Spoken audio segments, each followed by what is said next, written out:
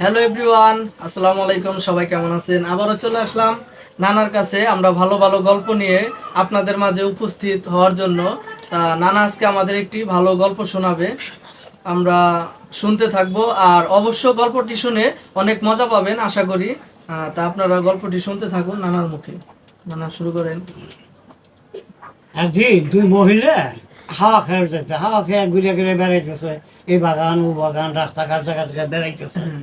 তো বেড়ানোর মধ্যে এখন একটা মহিলা করতেছে, আরে আমার যে স্বামী, আমার স্বামী যে গান গায় রে, সে গান একেবারে মধুর মতো, ওনার গলা একেবারে মধুর মতো। এখন এই আর একজন কইতেছে, ওনার আবার জামার নামই মধু। কেন মধু খাবো কেমনি? কে বলছে, আরে বু আমার স্বামী রে, আমাকে উনি যে গান গাই রে, ওনার গলা এ হ্যাঁ বেটা চাহেন নসর মতো।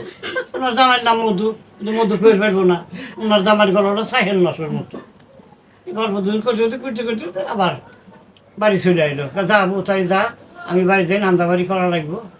হ্যাঁ, তো আসলে অসাধারণ একটি গল্প ছিল, কারণ আগেকার মানুষ কখনোই নিজের স্বামীর নাম নিজের মুখে বলতো না, সেজন্য কিন্তু নামটি অন্যভাবে বলেছে। আপনারা গল্পের মাধ্যমে বুঝে নেবেন যে আসলে গল্পটা কি ছিল।